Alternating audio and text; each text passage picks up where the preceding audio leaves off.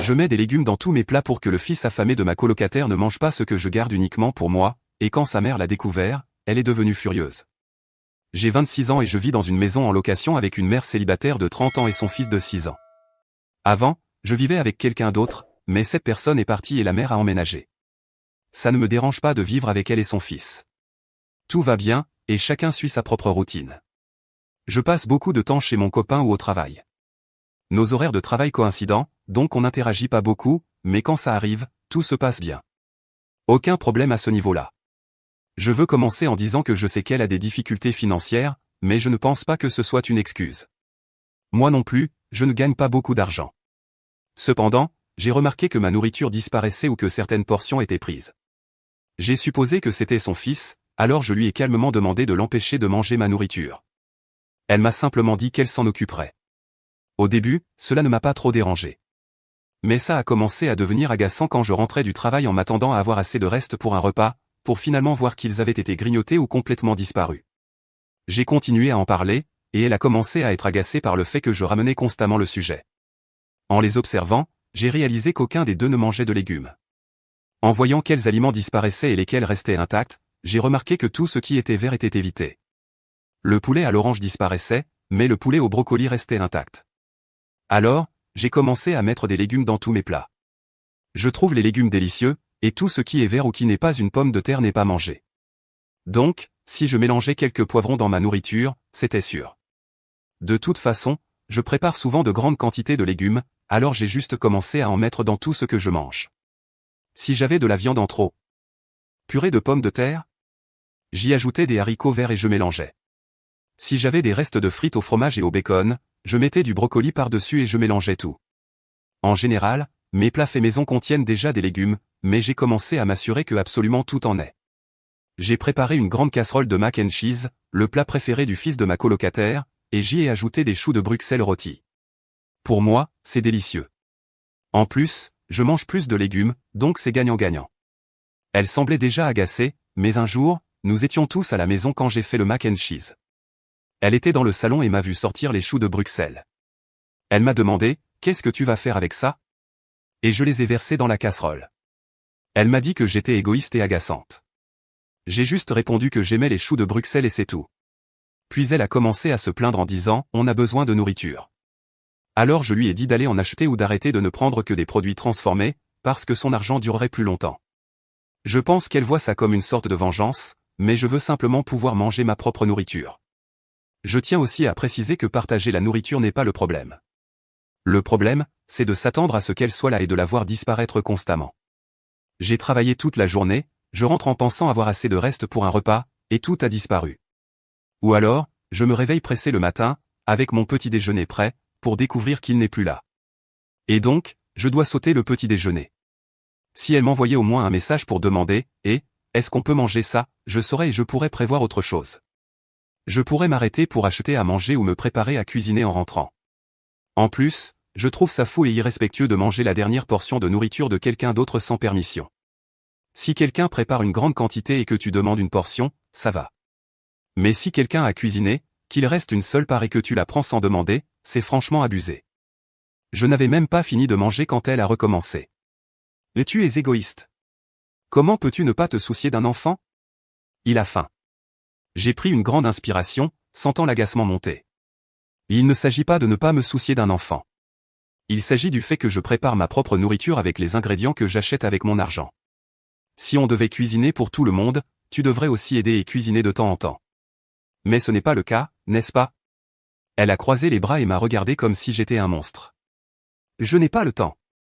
Je travaille, je m'occupe de lui, je fais de mon mieux.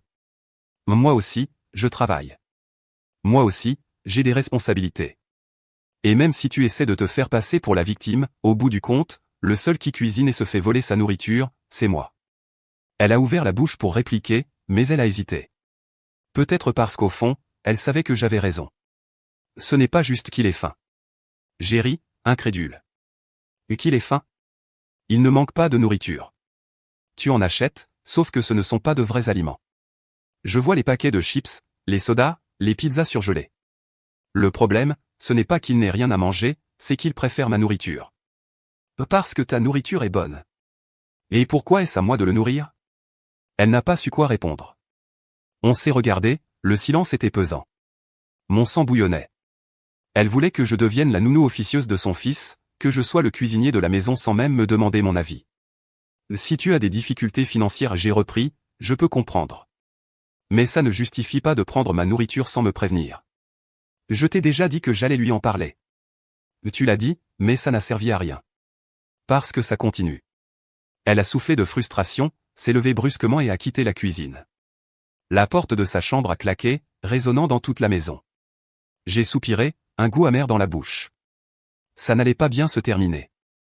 Je suis rentré chez moi après une longue journée de travail, déjà impatient de déguster le dîner que j'avais laissé dans le frigo. J'avais préparé quelque chose de simple mais savoureux, assez pour au moins un autre repas. Mais en ouvrant le frigo, mon estomac s'est noué. Ma nourriture avait disparu. J'ai regardé autour de moi, espérant l'avoir simplement mise ailleurs. Puis, quand j'ai tourné la tête vers la poubelle, mon cœur s'est emballé. Là, au milieu des déchets, se trouvait mon plat, jeté sans ménagement. Le récipient était encore taché des restes de ce qui aurait dû être mon dîner. La colère m'a envahi. Et qu'est-ce qui s'est passé avec ma nourriture? Ai-je demandé, ma voix déjà tendue par la rage. Ma colocataire est apparue dans l'encadrement de la porte, l'air de quelqu'un qui attendait déjà cette conversation. Il y avait des larves dedans, a-t-elle dit, comme si c'était une évidence. J'ai voulu prendre un verre d'eau et j'ai vu une larve sur le bord du récipient. Une mouche a dû pondre des œufs à travers un trou dans le couvercle. Ça ne me semblait pas sûr à manger, alors je l'ai jeté. Je suis resté silencieux un instant. Ça ne m'était jamais arrivé. Des larves? Des œufs de mouche? Rien que d'y penser, j'ai senti une vague de dégoût me traverser. J'ai poussé un soupir, essayant de calmer ma frustration. Bon, merci, je suppose. Elle a hoché la tête, comme si elle venait de me rendre un immense service. J'étais encore un peu contrarié, mais j'ai préféré lui faire confiance. Si des larves avaient vraiment contaminé mon plat, elle avait pris la bonne décision. Mais le lendemain, tout a changé. Ce soir-là, j'avais pris le temps de cuisiner quelque chose de spécial. J'avais acheté des ingrédients plus chers, j'avais préparé un plat plus raffiné, un vrai repas digne de ce nom. De la viande de qualité, des épices fraîches, une touche de vin dans la recette et bien sûr, des légumes. J'en avais mis en grande quantité, certain que personne d'autre n'y toucherait. J'ai tout rangé soigneusement dans le frigo, satisfait du résultat. J'avais hâte de le manger. Mais quand je suis rentré le soir et que j'ai ouvert le frigo, encore une fois, ma nourriture avait disparu. Une colère brûlante m'a envahi alors que j'ouvrais la poubelle et que je voyais, une fois de plus, mon récipient jeté là, encore plein. Tout mon repas, gâché. L'odeur de la nourriture mêlée à celle des déchets a rendu ma fureur encore plus insupportable. Mes mains tremblaient. Je suis allé directement devant sa chambre et j'ai frappé à la porte sans tenue. Elle a ouvert, l'air blasé, comme si elle savait déjà pourquoi j'étais là. Quoi encore? Quoi encore? Vais-je répéter, incrédule. Tu as encore jeté ma nourriture. Elle a haussé les épaules, complètement indifférente. J'ai vu une autre larve. Ça devait être la même chose qu'hier. Je suis resté figé un instant, essayant de comprendre ce qu'elle venait de dire. Encore? Pile le jour où je décide de cuisiner quelque chose de plus cher? Ben, j'essayais juste d'aider. Si tu veux manger de la nourriture pleine de bestioles, c'est ton problème. C'en était trop. Tu mens. Son expression a changé. Quoi? Tu mens. Mon sang bouillonnait. Tu l'as jetée parce que tu ne voulais pas que je la mange. Parce qu'il y avait des légumes. Parce que j'ai fait un bon repas pour moi et que ça t'a dérangé. Elle a levé les yeux au ciel, mais pendant une fraction de seconde, j'ai vu de l'hésitation dans son regard. Oh, arrête, tu deviens parano. Alors montre-moi. Elle a froncé les sourcils. Quoi? Montre-moi la larve. Tu jettes toujours la nourriture immédiatement, tu ne me montres jamais rien. Prouve-moi qu'elle était vraiment pourrie. Elle a hésité. Ce silence a tout confirmé.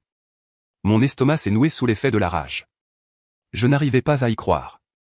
Non seulement elle laissait son fils manger ma nourriture sans permission, mais maintenant elle la jetait juste pour que je ne puisse pas en profiter. J'ai serré les poings, inspirant profondément pour ne pas exploser sur le moment. Je paie pour cette nourriture. Je prends le temps de cuisiner, d'organiser mes repas pour avoir quelque chose de correct à manger après une journée de travail. Et toi, tu décides que je ne vais pas manger, juste comme ça? Elle a soufflé d'exaspération. Arrête ton cinéma. Achète autre chose, et puis c'est tout. Je l'ai regardée fixement, sentant la colère monter en moi comme jamais auparavant. Elle a croisé les bras, persuadée que je n'allais rien faire. Mais elle se trompait. Parce que là, c'était la goutte de trop.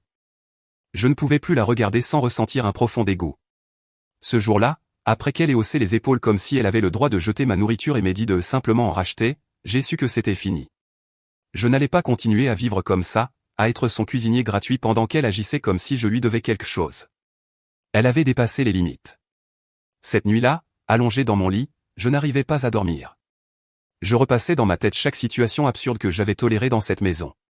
Depuis le moment où j'avais remarqué que ma nourriture disparaissait, ses excuses bidons, sa façon de me faire passer pour le méchant, jusqu'à l'apothéose, jeter mon repas à la poubelle sans la moindre hésitation.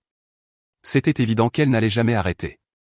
Si je restais, elle continuerait à agir de la même manière, en s'attendant à ce que je me résigne et que j'accepte la situation. Mais je ne suis pas ce genre de personne. Le lendemain matin, j'ai pris ma décision. Avant d'aller travailler, je suis passé à l'agence immobilière pour parler directement avec le propriétaire.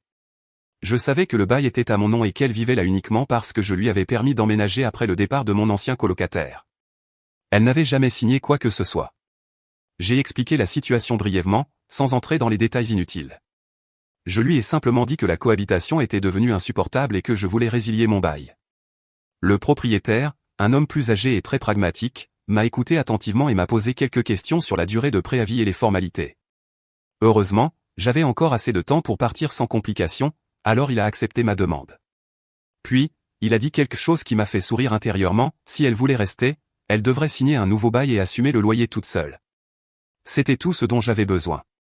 Avec ça réglé, j'ai commencé à préparer mon départ. J'ai trouvé un petit appartement plus proche de mon travail. Un peu plus cher, mais chaque centime en valait la peine pour ne plus jamais avoir à gérer cette profiteuse. En attendant, j'ai fait comme si de rien n'était. Je ne voulais pas qu'elle se doute de quoi que ce soit. Mais le jour où j'ai commencé à faire mes cartons, elle l'a remarqué. « Qu'est-ce que tu fais ?» a-t-elle demandé en se tenant à l'entrée de ma chambre, regardant les boîtes et les sacs. « Je fais mes valises. Je pars. » Son expression a changé immédiatement. « Quoi ? Comment ça, tu pars ?» J'ai continué à plier mes vêtements sans même la regarder. C'est exactement ce que je viens de dire. J'en ai marre de cette situation ridicule, alors je m'en vais. Elle a lâché un rire sec, croisant les bras. Et tu crois que tu peux juste partir comme ça ? J'ai finalement levé les yeux vers elle. Oui. J'ai déjà parlé avec le propriétaire. Le bail était à mon nom, alors je l'ai résilié. Si tu veux rester ici, tu devras signer un nouveau contrat et payer le loyer seul. Son visage s'est décomposé. Et tu peux pas faire ça.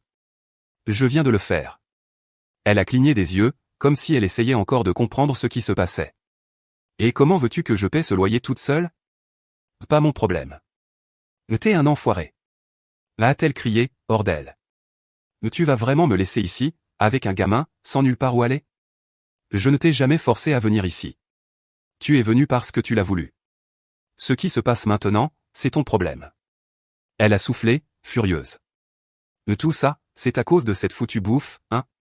C'est une vengeance, avoue. J'ai esquissé un sourire sarcastique. Non. Je fais ça parce que j'ai compris que tu es une profiteuse. Mais si tu veux appeler ça une vengeance, libre à toi. Elle a tourné les talons et est partie en tempêtant, claquant la porte derrière elle. Mais moi, je n'en avais plus rien à faire. Les jours suivants, elle a tout tenté. Elle a crié, essayé de me faire culpabiliser, même joué la carte du remords en disant qu'on me devait parler. Mais je ne suis pas tombé dans le piège. Puis, quand le jour de mon départ est arrivé, elle a complètement explosé. « Tu vas le regretter. » a-t-elle hurlé alors que je sortais avec mon dernier carton. « Je te jure que tu vas le regretter. » J'ai juste ri. J'en doute. Elle a essayé de m'appeler plusieurs fois après, mais je l'ai simplement bloquée. Et la réalité l'a vite rattrapée. Sans pouvoir payer le loyer seul, elle a été expulsée quelques semaines plus tard. Et quand je l'ai appris, j'ai fêté ça avec un bon repas. Cette fois, sans personne pour le jeter à la poubelle. Les jours suivants furent une pure tranquillité. Je préparais mes repas sans me presser, je laissais des restes dans le frigo et de surprise ils étaient toujours là quand je revenais. Personne ne touchait à mes affaires, personne ne volait ma nourriture, personne ne la jetait à la poubelle. Pour la première fois depuis longtemps, j'avais le contrôle total de mon propre foyer. La sensation de liberté était incroyable. Je pouvais cuisiner des repas entiers sans avoir à les cacher, acheter des ingrédients de meilleure qualité sans craindre qu'ils soient gaspillés. J'ai même investi dans de meilleurs ustensiles de cuisine. J'étais à l'aise, détendu, vivant comme toute personne devrait pouvoir vivre. Jusqu'à ce que les messages commencent à arriver. Au début, j'ai cru à une coïncidence. J'ai reçu une notification d'un numéro inconnu. Mais tu es un monstre. Comment as-tu pu abandonner une mère et son enfant comme ça? J'ai haussé un sourcil. J'ai supprimé le message sans y prêter attention. Mais peu après, un autre est arrivé. Réagis comme un homme. Un vrai homme ne laisse pas un enfant manquer de quoi que ce soit, espèce d'égoïste. Puis un autre. Et encore un autre. Soudainement, mon téléphone était inondé de messages, certains venant de numéros inconnus, d'autres de faux profils sur Instagram et Facebook.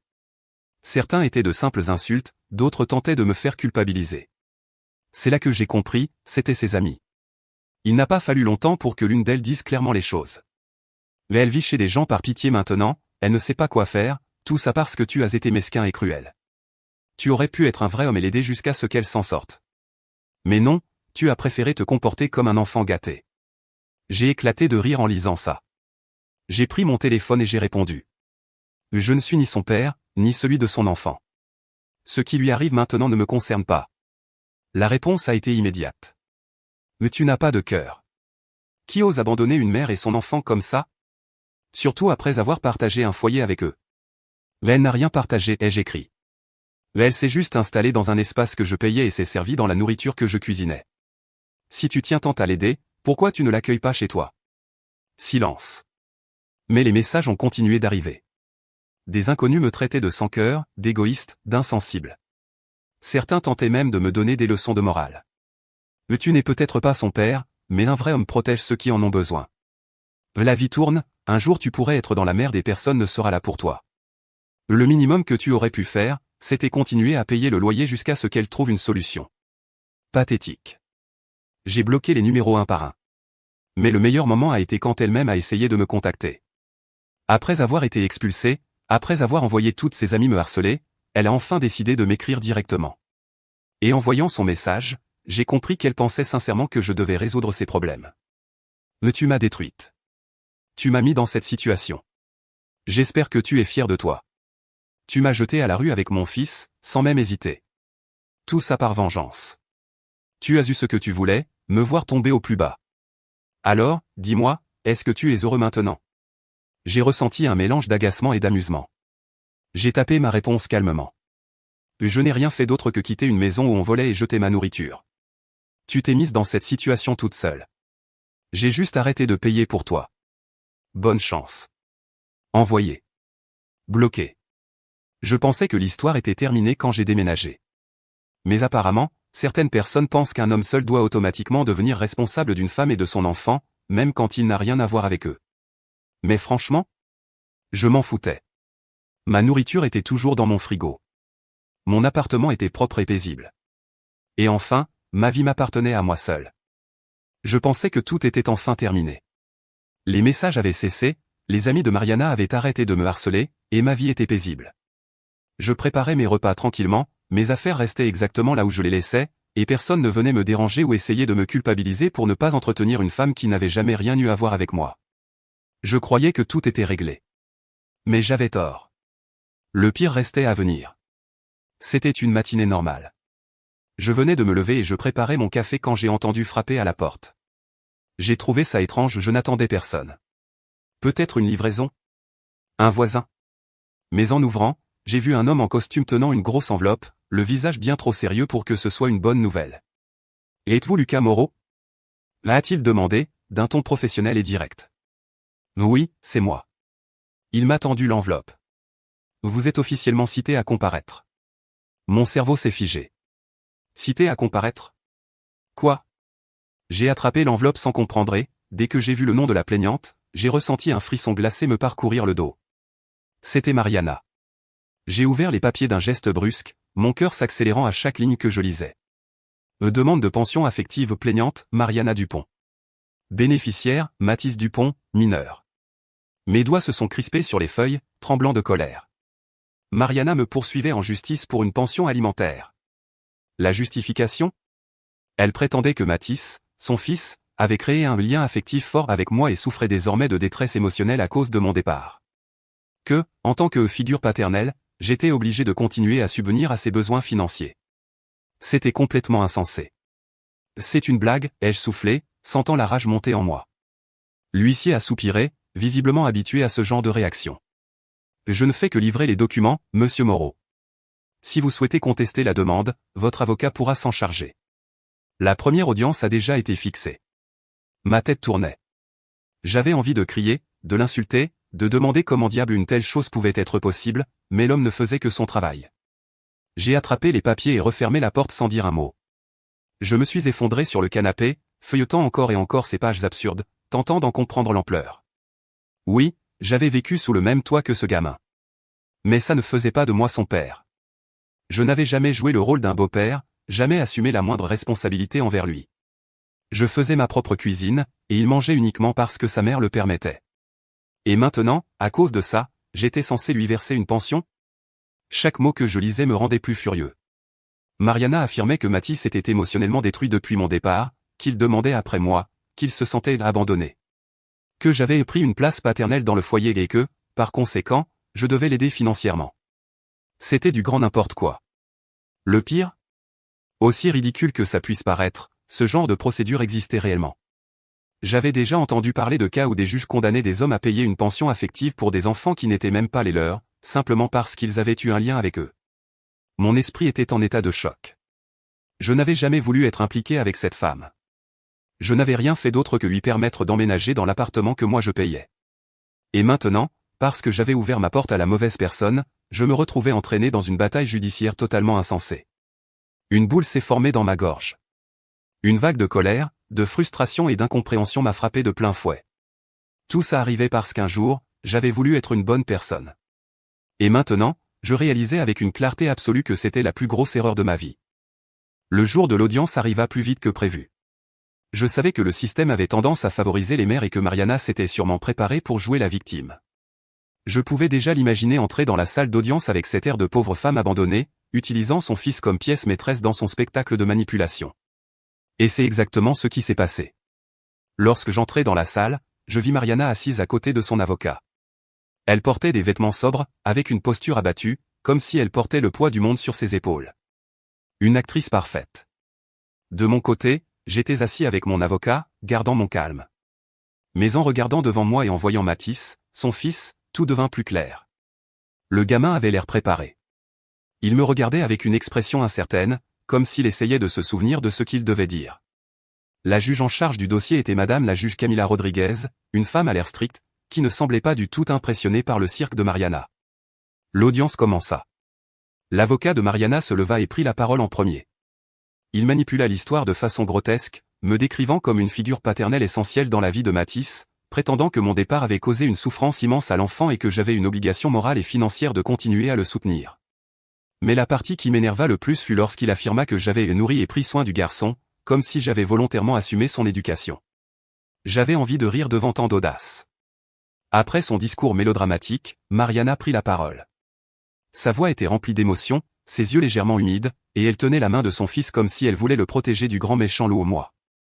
Mathis demande après son papa chaque soir. Il me dit qu'il veut le revoir. Madame la juge, mon fils souffre, et je veux simplement justice pour lui. Papa. Elle essayait vraiment d'imposer cette version des faits. J'étais sur le point de parler, mais Mathis, avec toute l'innocence d'un enfant, se tourna vers elle et demanda. Maman, c'est qui que je dois appeler papa? Le silence dans la salle fut assourdissant. Même l'avocat de Mariana ouvrit grand les yeux, choqué. Mariana devint livide. La juge, qui écoutait jusqu'ici avec patience, inclina légèrement la tête et fronça les sourcils. Madame Mariana, pouvez-vous m'expliquer cela? Mariana lâcha un rire nerveux, essayant de minimiser la situation.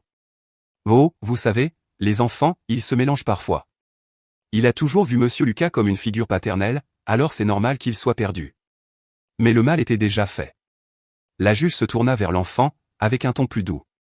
Mon chéri, puis-je te poser une question? Mathis regarda sa mère, qui lui lança un regard noir, mais comme n'importe quel enfant, il répondit avec sincérité.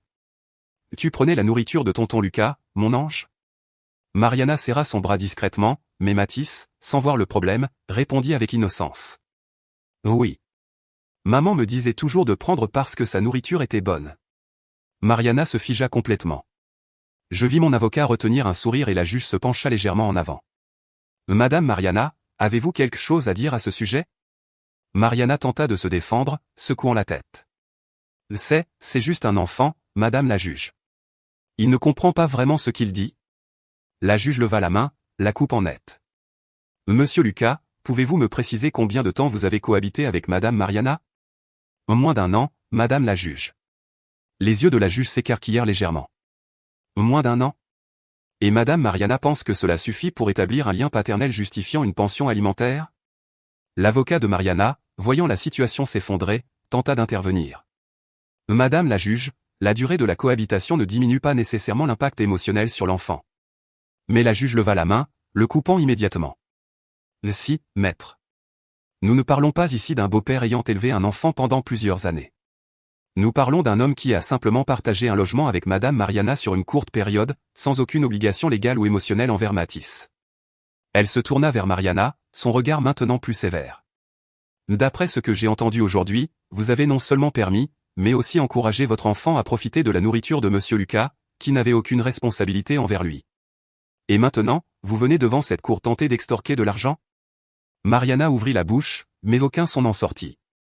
La juge parcourut une dernière fois les documents devant elle et soupira. Cette affaire est une perte de temps totale. Elle se tourna vers moi. Monsieur Lucas, vous êtes totalement disculpé de cette accusation. Le jugement est en votre faveur. Pendant un instant, j'eus l'impression qu'un poids énorme venait d'être retiré de mes épaules. J'avais gagné. Mais ensuite, la juge fit quelque chose que personne n'avait anticipé. Elle se retourna vers Mariana et prit un autre document.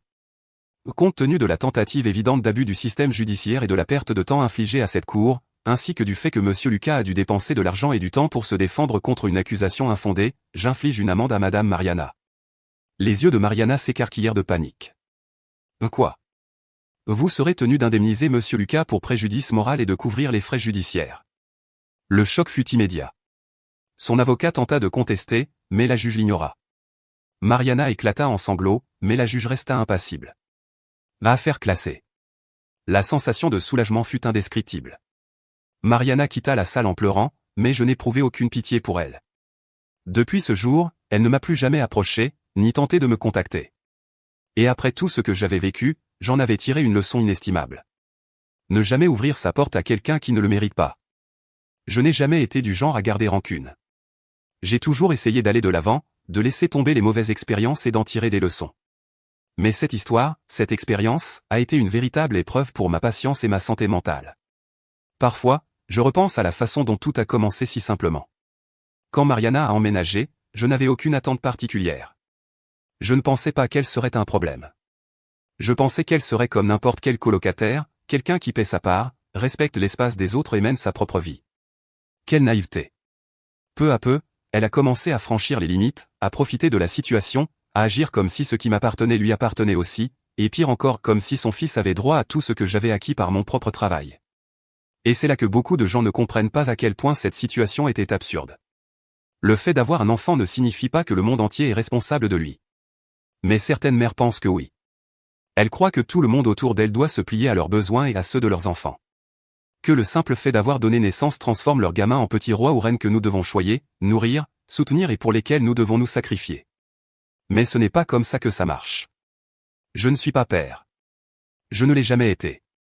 Je n'ai jamais voulu l'être. Et pourtant, on a essayé de me forcer à endosser ce rôle, comme si c'était mon devoir d'assumer une responsabilité que je n'avais jamais demandée. Ce qui me met le plus en colère, c'est comment Mariana a essayé de manipuler son propre fils pour me soutirer de l'argent. Je n'oublierai jamais le moment exact où Mathis, dans toute son innocence d'enfant, a demandé. Maman, c'est qui que je dois appeler papa? C'est là que tout s'est écroulé pour elle. C'est à cet instant que j'ai compris qu'elle avait entraîné son propre enfant à mentir, à jouer un rôle devant le tribunal, tout ça pour me voler de l'argent. Quel genre de personne fait ça? Une personne égoïste. Une femme qui pense que juste parce qu'elle a décidé d'avoir un enfant, le monde entier doit tourner autour d'elle et de son fils. Mais la vérité, c'est que le monde ne doit rien à personne. Si tu choisis d'avoir un enfant, c'est ta responsabilité de l'élever, de l'éduquer, de le nourrir et de le protéger. Pas la mienne. Pas celle de la société. Pas celle d'un homme aléatoire qui a partagé un logement avec toi pendant quelques mois. C'est ça que Mariana n'a jamais compris. Le plus ironique? Si elle avait été ne serait-ce qu'un minimum correct, j'aurais peut-être pu l'aider de temps en temps. Pas avec de l'argent, mais avec un petit service, comme n'importe quel colocataire pourrait le faire. Mais elle a choisi la manipulation, le chantage émotionnel et l'exploitation. Et au final, elle en a payé le prix. Et moi? Comment ai-je fini après tout ça? Au début, j'étais en rage. Je n'arrivais pas à croire que j'avais failli être obligé de payer pour un enfant qui n'était pas le mien, qui avait à peine vécu avec moi, simplement parce que quelqu'un avait tenté de tordre la loi en sa faveur. Mais ensuite, j'ai ressenti un immense soulagement. Le soulagement d'avoir gagné. Le soulagement d'être sorti indemne. Le soulagement d'avoir vu la justice fonctionner, pour une fois. Mariana a essayé de me piéger. Elle a voulu me traîner dans une histoire qui ne me concernait pas. Et elle a échoué lamentablement. Aujourd'hui, ma vie est plus paisible que jamais. Mon frigo reste plein et personne ne touche plus à ma nourriture sans permission. Ma maison reste propre et personne ne la traite plus comme un refuge gratuit. Je vais au travail, je rentre chez moi et je n'ai plus à gérer des disputes, des manipulations ou des messages ridicules de gens qui pensent que le monde entier doit prendre soin de leurs enfants. Et vous savez quoi? Je ne me suis jamais senti aussi bien. S'il y a une chose que j'ai apprise de tout ça, c'est que personne ne peut te forcer à prendre une responsabilité qui n'est pas la tienne. Et plus jamais je ne laisserai quelqu'un essayer. Fin.